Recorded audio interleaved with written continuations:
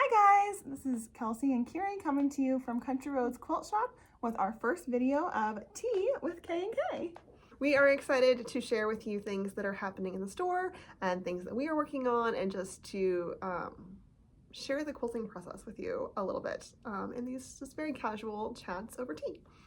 We're hoping to come out with them about once a month and probably send them out as part of our newsletter, but you can always catch us on YouTube as well. All right, Kelsey, let's start with talking about 2025 goals.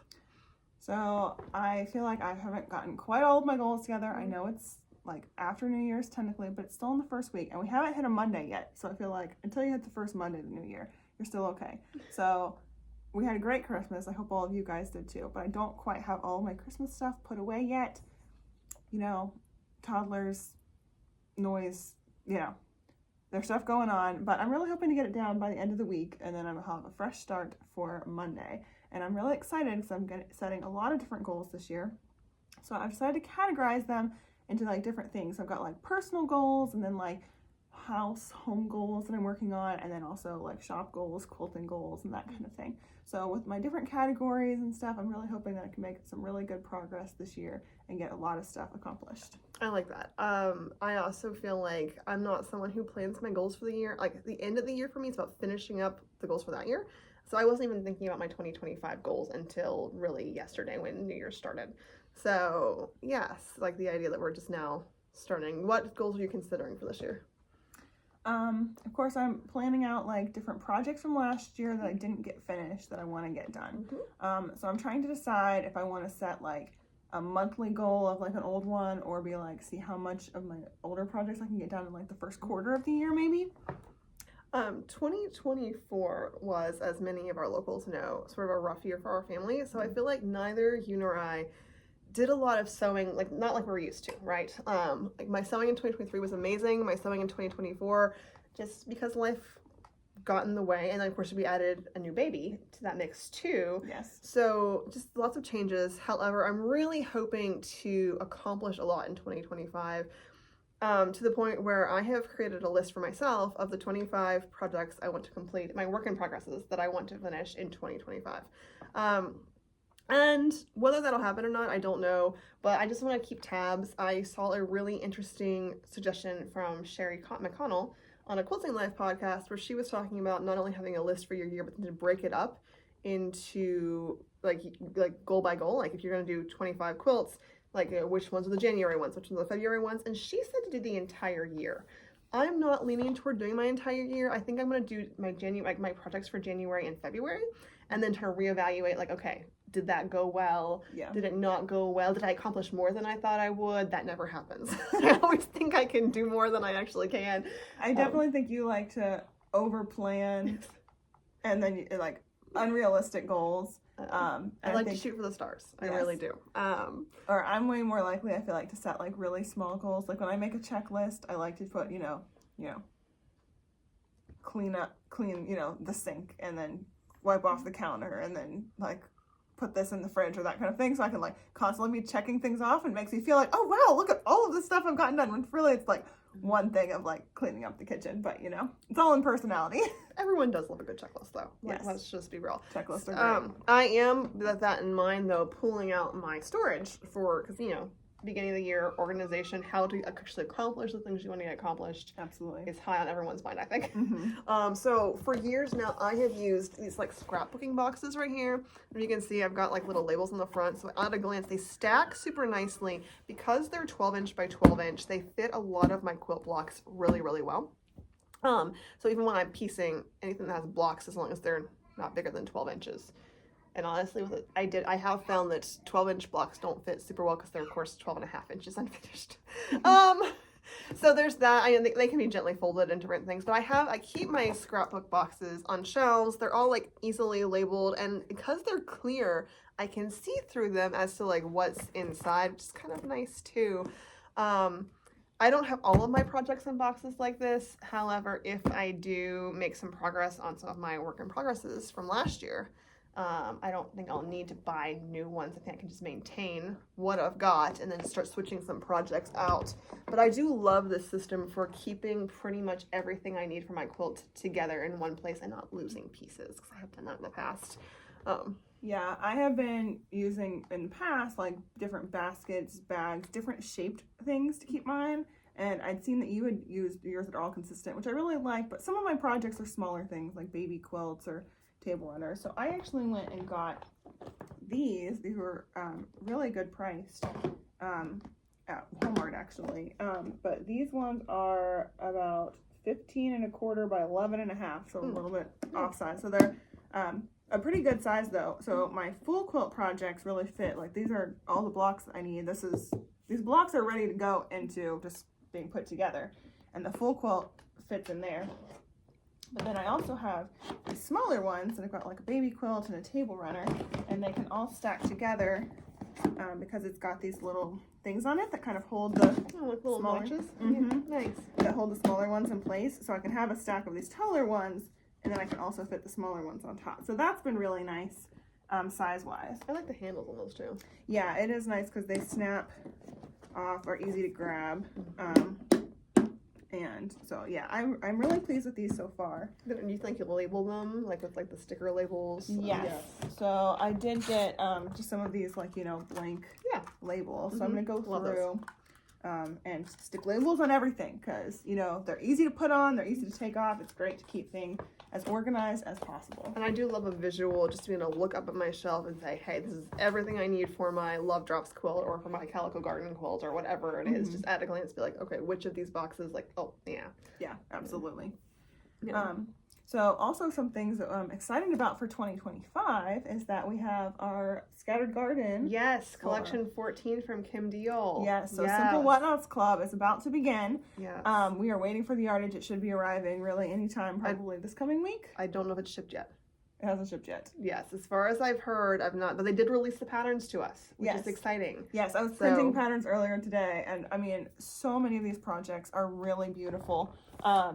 So we're of course going to do the large quilt again this year. I love this one. Really pretty, and I love that she gave you the option of doing either pieced or that little bit of applique. Yes. So you have options. That's really nice. Yes, because you're not an applique girl. I'm not. I've gotten into applique a little bit since we bought the shop, but honestly, applique is just never my favorite thing to do. I love the way it looks. I just don't really love doing it. I would rather piece. Yes. And I do love a touch of applique. Like I would probably do the applique corners on this one. But in reality, will that also be the part that takes me the longest and will keep me from finishing? Yes. So yeah, I love the option for And for anybody who did the Quiet Grace quilt from last year, that one finished at I think 56 by 56. Maybe it was 54. Is it 56 or 60? Yes. Yeah. This one's I think a little bit bigger than that though. Yeah, this one finishes at 66.5 by 66.5 square.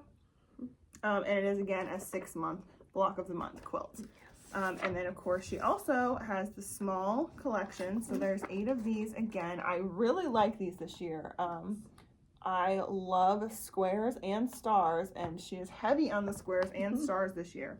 So I'm very excited about that. I'm hoping that maybe we can get all 8 of these hung in the shop pretty soon. I think that would be when really the fabric nice. arrives. When the fabric arrives. Yes. Do you have a favorite of the one, or do you need to see them like actually make them first? You know what?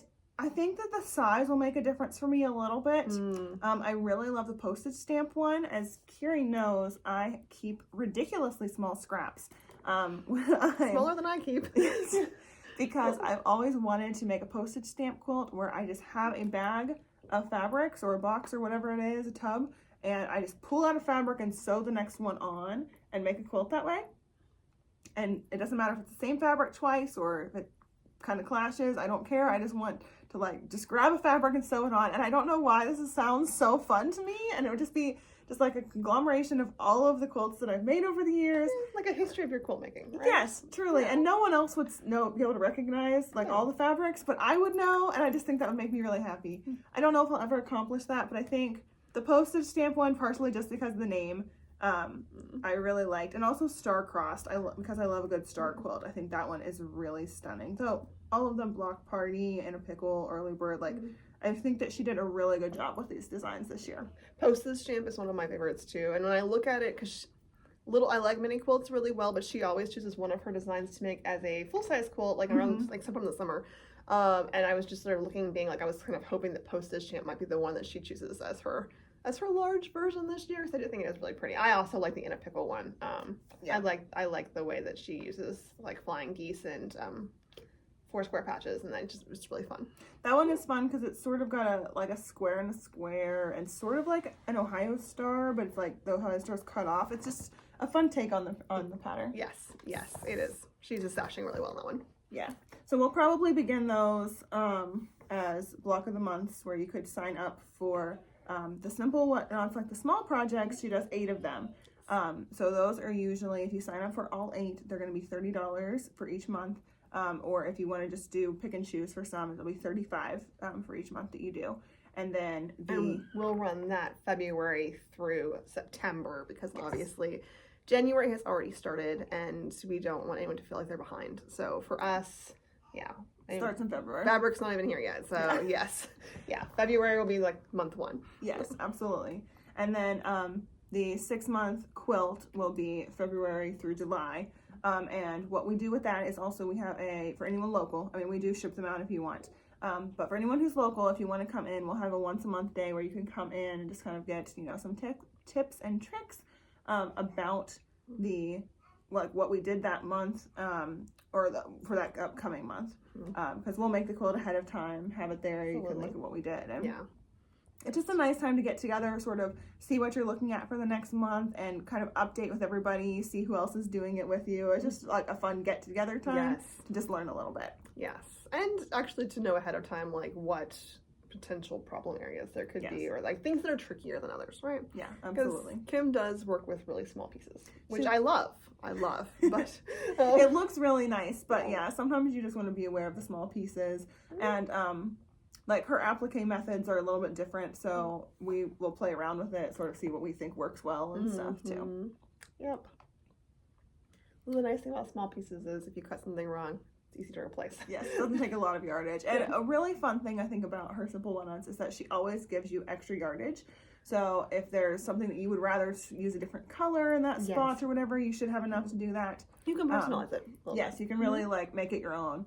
So thinking about other things we're going to do in 2025, we are excited to be returning to Canadian Valley for our spring retreat. So once again, Country Roads Quilt Shop is going to host 2 retreats. Yes. One in the spring, one in the fall. Fall's not nailed down exactly, but spring is. We loved the Canadian Valley facility last year.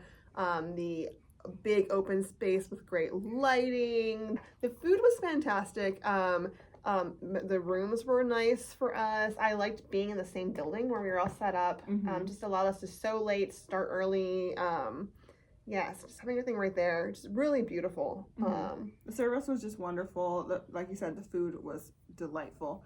I loved the space with the big open windows. It just really was a great fit for us, I think. And I think everyone who came really liked the facility. So we're excited to be returning there. Our spring retreat is March 26th, I believe. It's a Wednesday through Saturday. So the 26th or the 29th are, I believe, the date. So it's the last week of March. And we just have such a great time. And we've got our focus projects decided on. Can we show the theme or not the theme? Yeah, we can go ahead and show the theme. So we're doing a star theme for this retreat, which we both love star quilts. Yes, absolutely. And so the star theme for this retreat will be, I think, amazing. It was very hard to narrow down because the multitude of star quilts that are out there, but and beautiful star quilts. Yes, I'm really excited. One of our focus projects is actually going to be a mystery quilt, and I don't know if any of you guys have been to our previous retreats. We did a mystery quilt as part of our spring of 23 retreat, and it was like people had so much fun making it. We love that quilt. We had a patriotic theme for that mystery quilt. So this time it's going to be a star mystery quilt, and I'm just so excited about it. I think people are going to really enjoy it. And we're also going to be doing, it's not like quite a formal class, but if you want to be set aside for the people doing the mystery class, like there'll be certain sections where we'll be talking about some of the things in the mystery blocks. And so that will be a really fun aspect of it. That's sort of like a class. Mini quilt class at Quilt Retreat. Yes. Oh. Yes, exactly. And then of course we always have, fun gifts and giveaways and great time together and demo learning time each day. I would really love, because I feel like so many of us have made star quilts in the past, some too. Maybe to even do like, and we haven't talked about this exactly, but like even a quilt show one night where everyone brings their favorite star quilt that they've made. That would be fun. Yeah, I feel like a show and tell, but like very star focused. I don't know. Yes. Yeah. We're looking forward to it. Yes. Quilt Retreat's always a good time. Oh, we have so much fun. It's like, the best vacation of the year. Do you know when the deadline, like if you're not signed up, when is the cutoff deadline for registration? I believe that you have until, I think it's February 1st. Okay. It might be March 1st, but no, I think it's February 1st to sign up. If you need to sign up after that, I can possibly work with you, but I have to start giving them numbers around that time. So it just a lot better if we can start giving them really finalized numbers. So you have the whole month of January here that if you've been on the fence, it's really worth the investment to get a bunch of projects done. You can bring your projects from home. You can sign up for the focus projects. But no matter what you're working on, you're going to get a lot of sewing done. Have those projects, just getting them done, working it up, get those 25 goals worked on, and just a lot of fun with other quilters. You'll see probably people bring a friend if you don't know anyone who's coming already, but somebody, like, have fun with people that and meet some new quilters, because all of us have things in common, and if it's nothing else, it's quilts. Creativity. Yes, absolutely. Other things that we know we're doing again in 2025 is AMASH. Yes, the All Mid-Atlantic Shop Hop will be again for the entire month of July and August. We had a great time with that last year, and we've definitely come up with some ways, I think, to improve the customer experience, I hope, this year for everyone who comes through. It's really nice that all three shops here in Morgantown, so Country Roads Quilt Shop and A&J Sewing Studio and Stitch Morgantown are all participating. So if you stop here, you can visit all three of those. It was delightful to meet quilters from across like a 6-state range. Just the amount of people who were traveling through, who got to meet, who had stories about other quilt shops or discovered places they didn't even know existed. Yes. Was just a really fun thing, and we're excited to be doing it again this year. Last year we had several people ask us about the Hidden Treasures Shop Hop in West Virginia, because that's a smaller shop hop and only one weekend, but we had a lot of fun with that one as well. Yes, and I think people really enjoyed it and getting to know some of the local shops and shop owners a little better. So we haven't, as a group, decided if we're doing that one again. However, we are discussing it. So if it's something that you missed in 2024 and you're hoping that Hidden Treasures is coming back for 2025, leave us a comment, tell us in the store, mention to the other store owners, like, hey, we missed Hidden Treasures, and because we're right there on the fence, leaning towards it. Just, let us know something that you're hoping happens again. Yeah, we have a couple other shop hops that we've been talking about, and we're just trying to get our plans settled for the year. So if there's anything particular y'all are looking for, we're always open to hearing y'all's thoughts. Yes, we do love suggestions. We can't take them all, but yes, it's helpful. It's nice to hear what the community wants, because of course we're always doing our best to facilitate that. Yes, facilitate, serve the community. We love you guys. Quilting is something we're passionate about, but also serving the quilters. Yes. So we love hearing from you guys, and of course we can't make everything happen all at once, or some things there are other factors, but we always like to hear from you guys. Yes. Okay, so there are more things to talk about, but always. Yes, always. There's always something new going on. But I think that probably should wind us up for now. We are going to be posting some more videos upcoming. For sure, another video next month where you can have tea with us. And so if you want to hit the subscribe button, we'd love to have you along for our quilting upcoming journey. And we'll see you later. Thanks for watching. Happy quilting.